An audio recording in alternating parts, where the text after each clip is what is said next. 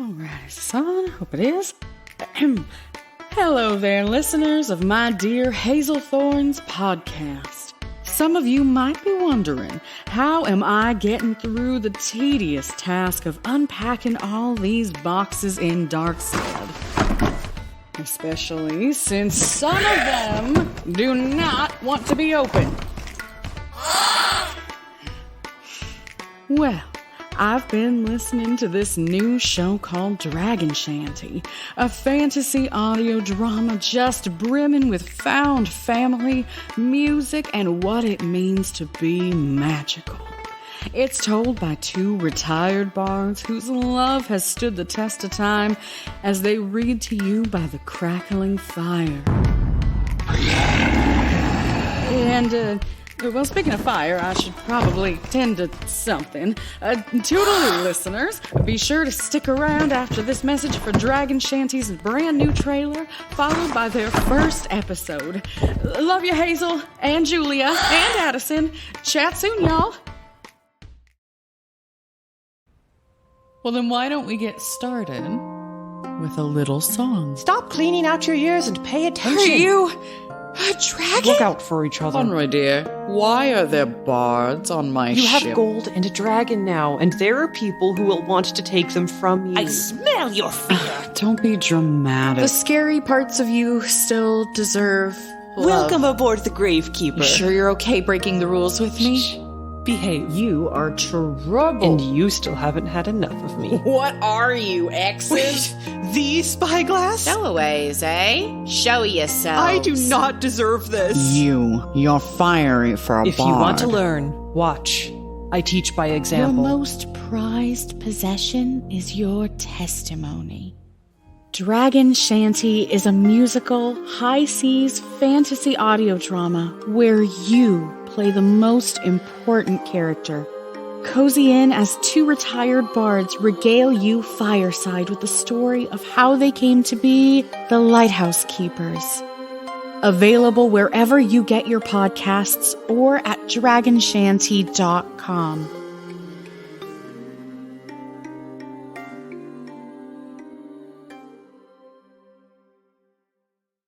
Dragon Shanty is intended for a mature audience, as it contains instances of dramatized violence and occasionally explores adult themes. For the best possible listening experience, check the episodic content warnings in the footnotes or on our website at dragonshanty.com. There you'll also find transcripts, contact information, and more. Welcome to the Lighthouse, sweet one. Please make yourself comfortable.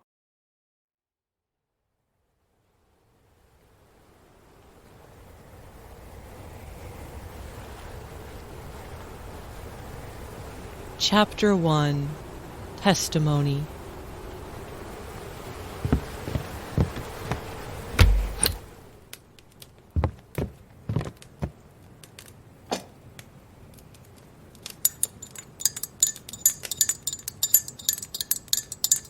It's looking kinda nasty out there.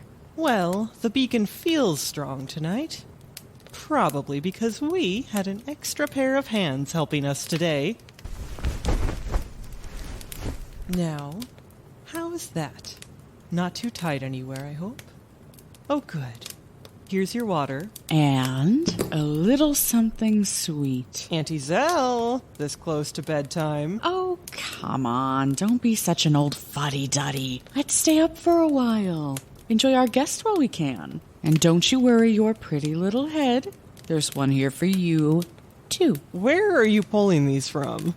Oh, well, I might have thrown a few into my Corsilla case when you weren't looking. But, oh, there's a little bit on the strings there. Yep, good as new. Now, how would you like to hear a bedtime story? I took the liberty of bringing a few classics up to choose from. Oh, no, of course. Oh, well, it's not like you're the Lighthouse's first visitor to outgrow our dusty old bookshelf. Time for something a little different, perhaps? You think they're ready? Well, what do you think, sweet one? Are you old enough to hear a new kind of bedtime story? It can get a little sad and scary at times, but Well, then again, I see what you've been reading lately, and I doubt anything in here is going to shock you. Like many of our books, it was written by Auntie Zell. But this one is a true story. Well, I couldn't have done it myself without Aunt Hanari's flawless memory. That's true. What do you say? Well, then why don't we get started with a little song? You say fables have failed you, and stories are stale, and you can't ward off monsters wielding just fairy tales. You need stranger than fiction. You need testimony. So I'll tell you the tale of what happened to me.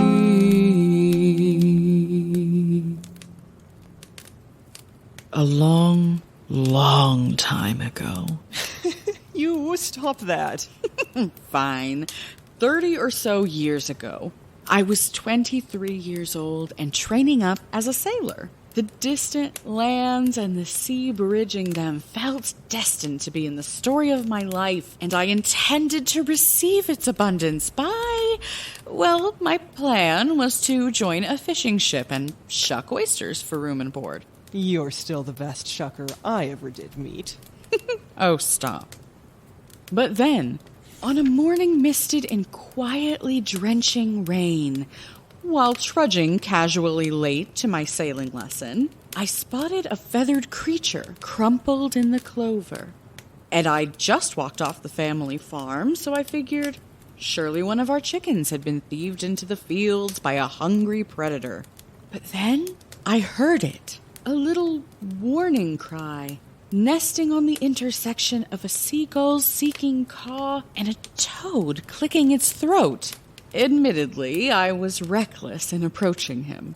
I mean, as soon as I saw those ruby-red eyes quiver open at me, I figured he was just a harmless drake, someone's lost beloved pet, or, well, abandoned responsibility. Besides, he looked so weak, enduring a few nips or scratches from him would be nothing after my grumpy hens.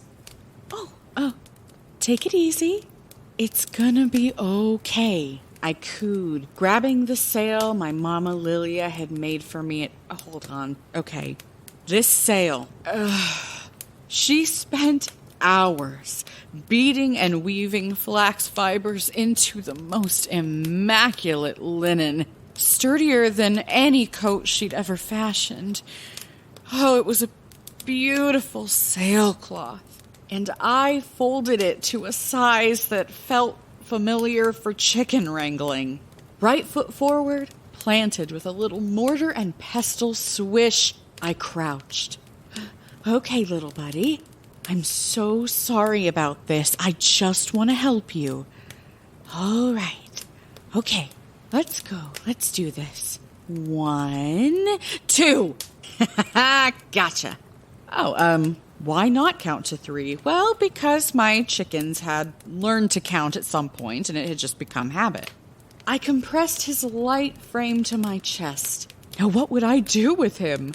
I'd always had a fondness for drakes and critters in general, of course. So the fantasy of taking him in, cleaning him up, and tending to his wounds permeated my entire body like a sugar rush. I started pondering aloud as the outermost edges of the sail went limp in the whispering rain. I guess I should take you into town, huh? And see if anyone's missing you. Maybe you're just a little scamp who likes to run off. Hold up. Is that steam? No. Smoke? Drifting embers took bite-sized singes from the cloth, spreading like an ashy rash. Within moments, my sail was in flames. My arms stung from the spontaneous flash of heat. I dropped the bundle into a cushion of wet clover and jumped back. And so did he, gliding maybe 100 feet before tumbling in exhaustion. No! My sail! How? I bolted forward, collecting my brain from my stomach, pawing at the smoke box in my bag, but of course, nothing about that was out of place. The creature stood and turned, shifting his weight over 4 buckling knees. Even the muscles in his patchily feathered neck trembled as it outstretched taller and taller, like a rooster cornered with a knife and calculating his next move. And he was entirely unscathed. There's not a drake on this blue earth that can spit fire like that. Are you a dragon? And as he faced me, his little legs just gave in. I took a few steps forward, swinging good old 4 strings around to the front and letting my fingers take their positions. Okay, I can see now that was a bad move on my part.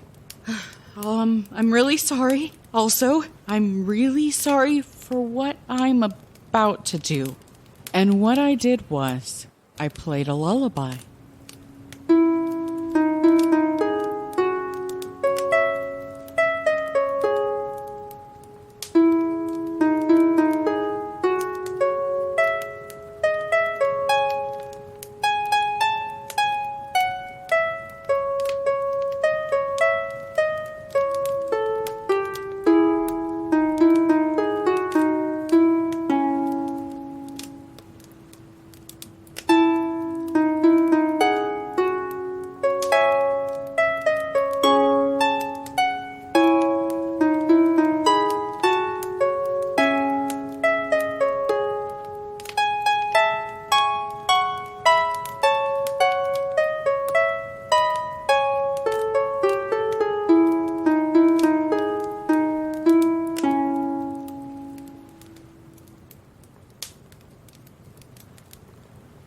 The creature is Oh, oops.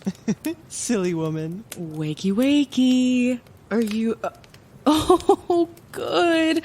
I'm so sorry, love. I would never do that without your permission. I didn't think I had enough magic left in me after today. Oh, now where were we?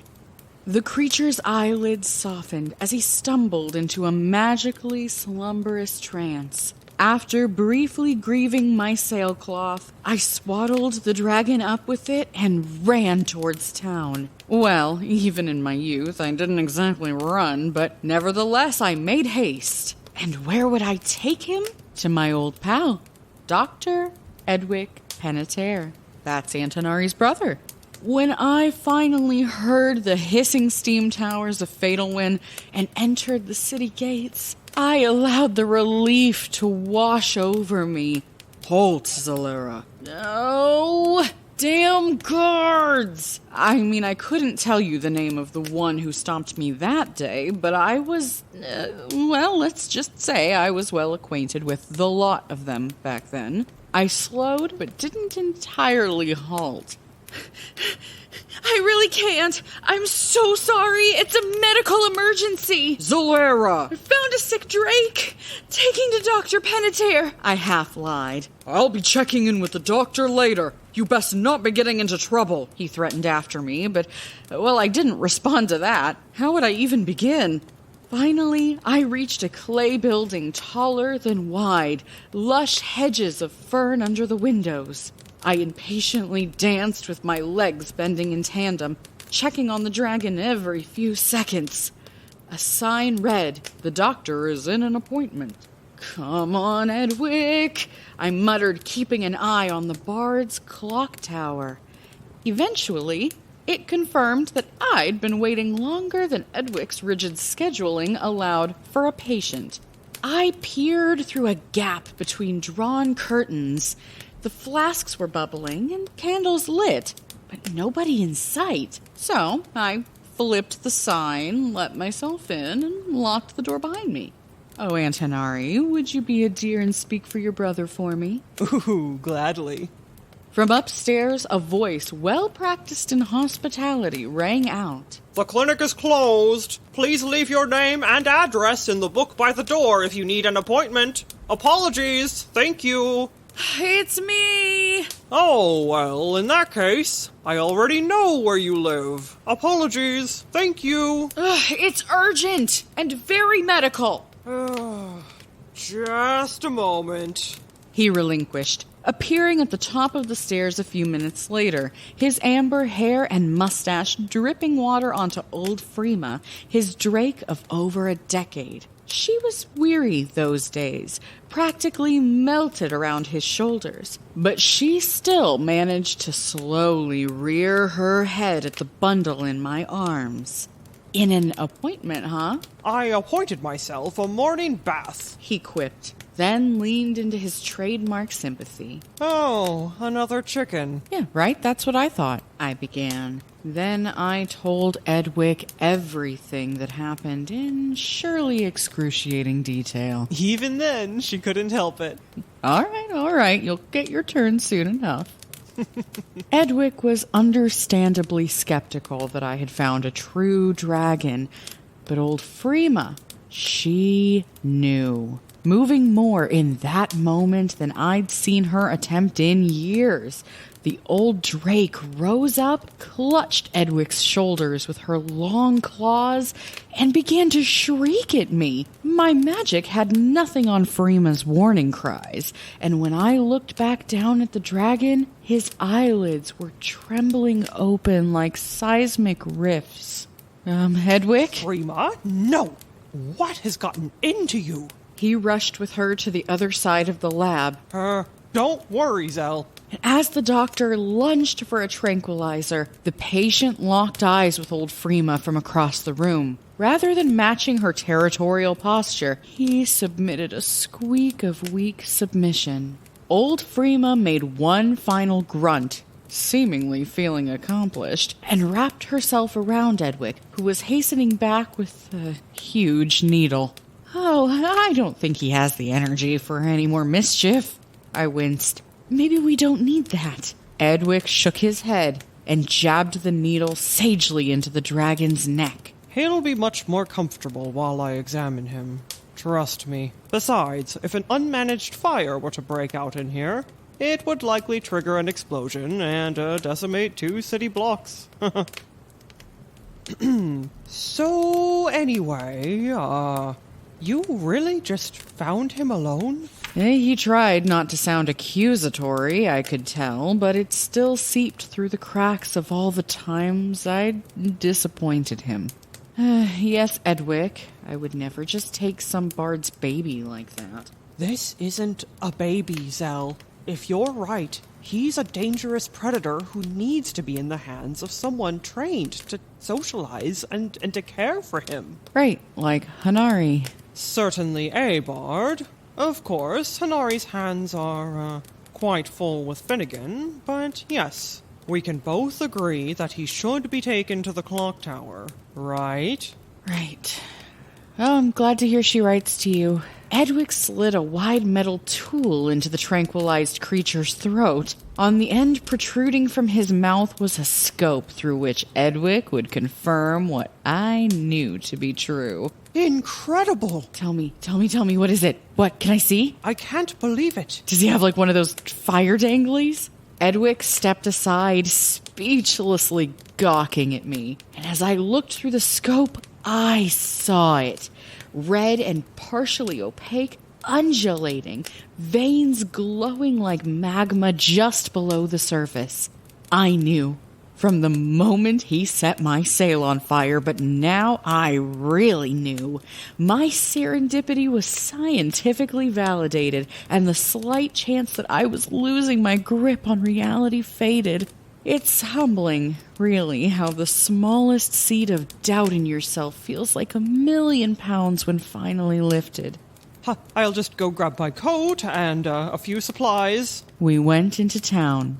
Now, My childhood reputation, coupled with my affinity for seafaring, spurred rumors that I was fated to fall into the sticky-fingered grunge of piracy. And the glares of the noble bards and their dragons about the clock tower campus were the worst of all. Not a fan of this place, I whispered through clenched teeth. Admittedly, I've grown used to, bored of it, really. Most days, I'm quite content to not have pursued bardship. Inside the clock tower, we wound through what felt like a dozen checkpoints and countless halls, and each time Edwick vouched for my companionship as we weaved further into the ascending labyrinth. We reached what Edwick referred to as Proscenium Hall, a dizzying tunnel of shifting white lights seamlessly lining the walls and ceiling. Edwick and old Freema seemed accustomed to traveling the bowels of this magical marquee, but it left me feeling nauseous and vulnerable. In retrospect, I had also just climbed a lot of stairs. The tunnel led to a pair of heavy red curtains, which Edwick parted, leading us to the center of a grand stage. My eyes struggled to adjust to the dim candlelight, but gradually I pieced it all together. Blink. Above and around us loomed a titanic stone archway like the maw of a whale. Blink. From it, we looked out at a petrified tsunami of tiered chairs hundreds of rows deep. Blink. They smoothly arched up the back wall, ending at the bottom of a balcony the size of my whole cabin. Suddenly, torches capped with blue flames crackled to life along the balcony railing. The first patron of the platform was Councilwoman Penetaire, Edwick and Hanari's mother, in deep purple robes. There was also a man with a bald head and colorfully spackled frock on the right, and between the two of them, a much older man with a long beard and red conical hat. Of course, back then their uniforms were flamboyant by design to uphold the public image that they were not the absolute bores they actually were. I mean, who would join otherwise? If I may add, in those days, my mother looked a lot like I do now. Back then, she would have been just about my age. Wow, that's a thought. Sometimes I swear she's back to haunt me, until I realize it's just my reflection in the mirror. Yeah, well, these laugh lines of yours are deeper than hers ever were, and that's what counts. You're absolutely right. Now, get to my first entry. I know. So as I was saying... Welcome back, Dr. Penetaire, croaked Councilman Frunicus, the older man in the conical hat. The man in the colorful frock, Councilman Korst added. And company, too. And Councilwoman Penetaire, whose home I'd made countless childhood memories inside. Yes. Zalera Orana. Actually, it's Zalera Orana Talk Ardell. My parents hyphenated. But for the record, Orana Talk or Orana Ardell. Orana is of birth, correct? Orana Talk Ardell. Birth mother, birth father, adoptive mother. You met all three of them once at dinner? I recall. She stated absently, her quill scratching away on unseen paper. Context for the council. Zalera used to be one of my daughter's little friends when they were children. Yeah. Sorry, did you put all three down? Let's not waste any more time on technicalities. Zalera, tell us what you've got there and why you've brought a bundle of rags into my chamber. Mother, Zalera has done a great service for the council today. I can confidently say, after assessing it at my lab, that she has found, subdued, and relinquished into my care a dragon, still in infancy. Yep, I confirmed, letting the sail crumple to the floor. The council leaned over the banister and sink, weaved between the blue flames. With a swish of his hand, the older member summoned a sudden and blinding spotlight. We shielded our eyes, even old Freema, nuzzling her head into Edwick's neck. And for the next 1,000,000 years, it felt, Edwick and the council exchanged information about the severity of his claim and its implications. And then they went back and forth about how he could possibly be sure I was telling the truth about the fire breathing, as I stood, silently dazed, with a charred sail fraying over my feet and a few mild burns on my arms. Edwick even went into depth over the throat examination. Councilman Frunicus, the cone-hatted member, was still dubious because all mating pairs and their spawn were accounted for on Fatal Wind. Well, meanwhile, I was reclining into a daydream about this dragon in my arms, circling the mast of a ship. Maybe my ship. Yeah, my ship. Edwick nudged my arm with his elbow. I was yanked back into reality on a stage lit so brightly that I couldn't even see the expressions of those scrutinizing me in the darkness. Ow! Oh, sorry, can you repeat that last thing? This light is kind of... Councilwoman Penetaire sighed yet again. Do you confirm all that Edwick said just now to be true? Yeah, absolutely.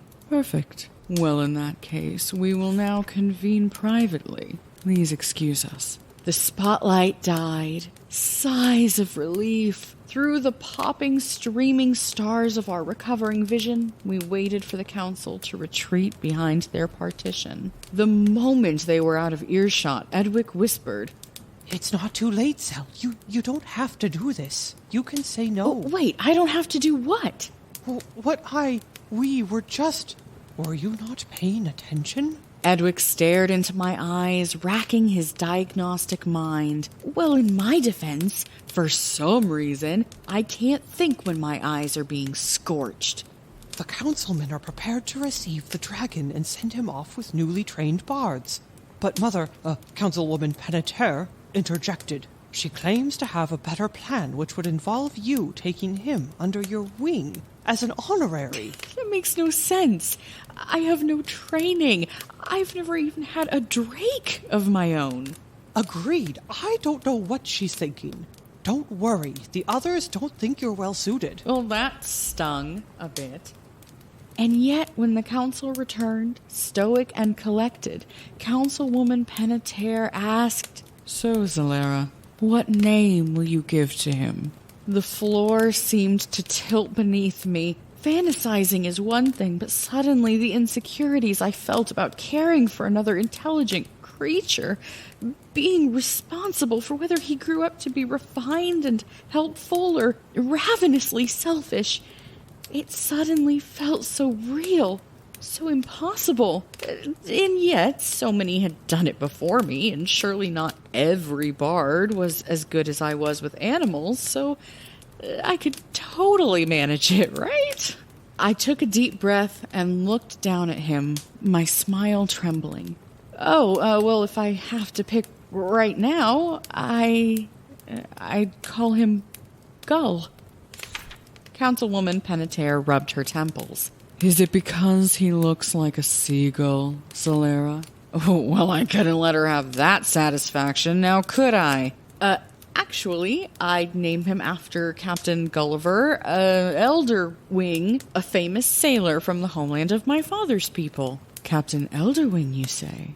My, how exotic. The feather of her quill once again danced to the rhythm of feverish noting. You and Gulliver will report to the clock tower daily for precursory training. After a month or so, you will set out under Hanari's supervision. She's been struggling lately with her waterborne routes, so perhaps a seafaring companion will encourage her to expand her reach. Hanari, like, your Hanari. Also, bardic training is usually more than a month, right?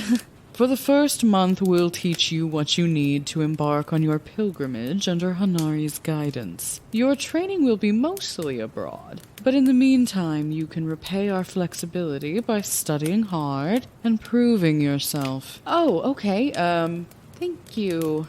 So is this something she signed up for, or... Hanari will be fine. No need to worry about that. That's not what I'll send word to her promptly so she has time to prepare herself and return to Fatalwind to fetch you. Okay, yeah, but... Well, sadly, it looks like our time is running out, Zalera. Wait, but We'll see you and Gulliver tomorrow at sunrise for bond training. In the meantime, I believe Dr. Penetaire can give you something to suppress Gulliver's fire gland. We'll send you out with your coin as well. Keep it on you, and he shouldn't stray far. And Zalera, please bear in mind that the cost of replacing a golden coin is valued higher than your family's land thrice over. It certainly would put us all in a sticky situation if you were to misplace it. Understood. Edwick was sweet as he walked me and Gull back out of the city, but the situation had long left his hands. In apology, Edwick described their mother as a typhoon that sucks in confident people and spits them out bumbling fools, and this made me feel better. My bardic training over the next month was far from traditional. I got the impression that they were hell-bent on keeping me and Gull away from the rest of the student body. Instructors somehow seemed to recognize me before I'd ever even met them, and I didn't so much as even bump into Councilwoman Penetaire. I was then compacted into a desk too small for my bulging stomach, memorizing dragon anatomy and bardic rites with a sensation of drifting out to sea. So I conjured up fantasies and daydreams to keep me alert, but felt like I was flailing through every wave of trivial information. It wasn't that I didn't care about how best to nurture Gull, of course. I just couldn't swim like the rest of the students. My parents tried to be supportive, but I could tell that they were scared for me. "We just love you and want you to be happy. You used to come home smiling," said Father. It's been a long time since you fell out with Hanari, hasn't it? Pressed Mama Lilia. But it was Mama Tabitha who, while holding me deeply one midnight as my candlelight streaked tears dripped onto an open textbook, imparted the smartest words I've ever heard to this day. I'll tell you what I told Lene when she finished her bardic training. Your most prized possession is your testimony. That's what being a bard is really all about when you strip away all the noise. Make time to be yourself, and be sure you're not just telling someone else's story, because yours is just as big and important and interesting and enlightening, and, well, at the end of this crazy life, it's all we've got. After a few weeks, I began field training with Gull, which was much more exciting. We practiced basic commands using a bardic council regimen of tasty treats and reminding Gull who it was that held the golden coin. No matter the dunes we climbed or pools we waded, if Gull began to stray too far for my comfort, I would pull the coin from my bag and call for him just as I'd been taught. One angling of its golden glint in the sun, and he would recall to my side, grateful for even the briefest glance before I stowed it again. Even still, it felt like something was missing in our relationship. So I asked Edwick for one last favor, for old time's sake.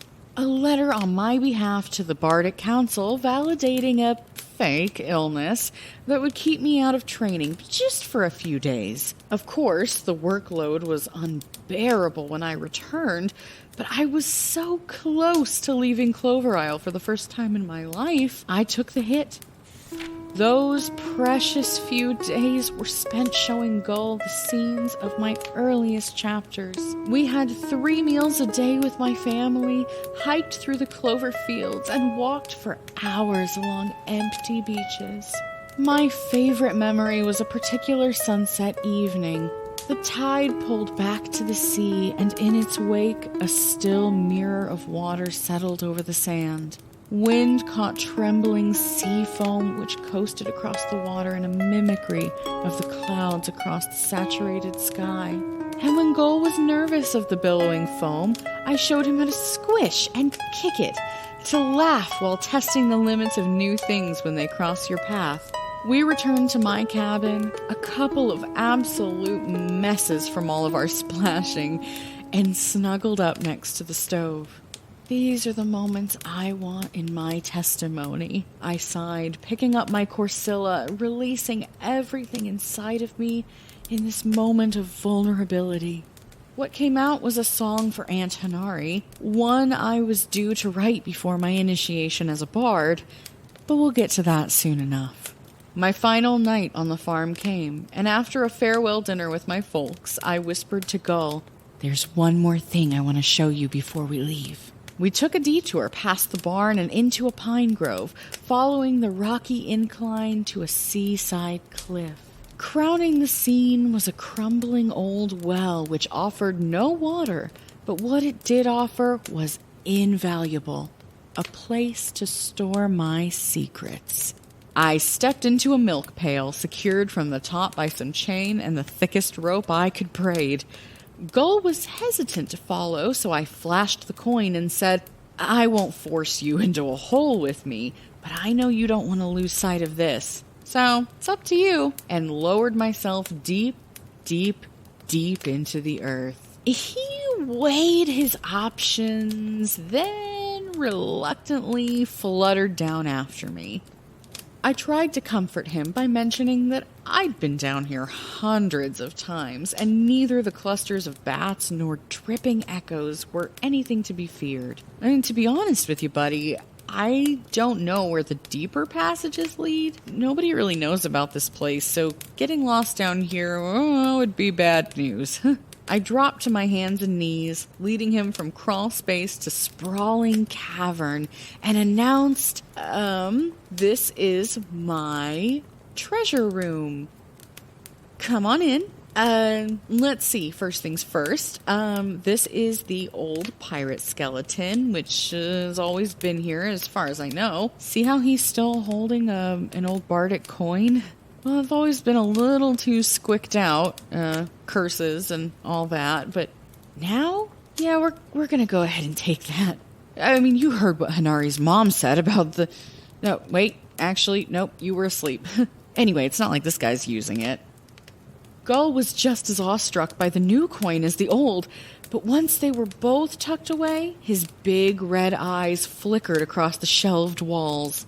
Yeah, and then there's the rest of the treasures brought down little by little since I first found this place. I still have, the itch sometimes, but it's been several years since I've collected anything. I've worked really hard, actually.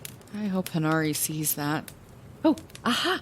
I pulled an old brass spyglass etched with the Penetaire sigil from a barrel of stale tobacco. This is what we came for.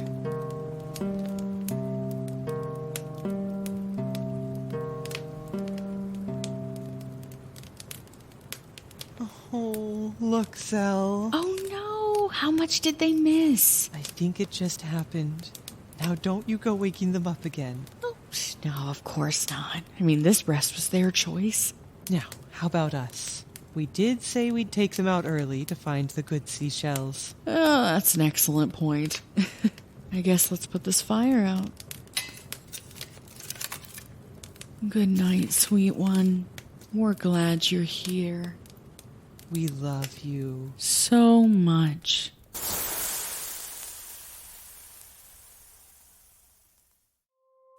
This episode was written with all original music by Noelle Rose, voice of Zalera. Edited and produced by Laura Harmon, voice of Hanari. With special thanks to the following collaborators for making the show possible.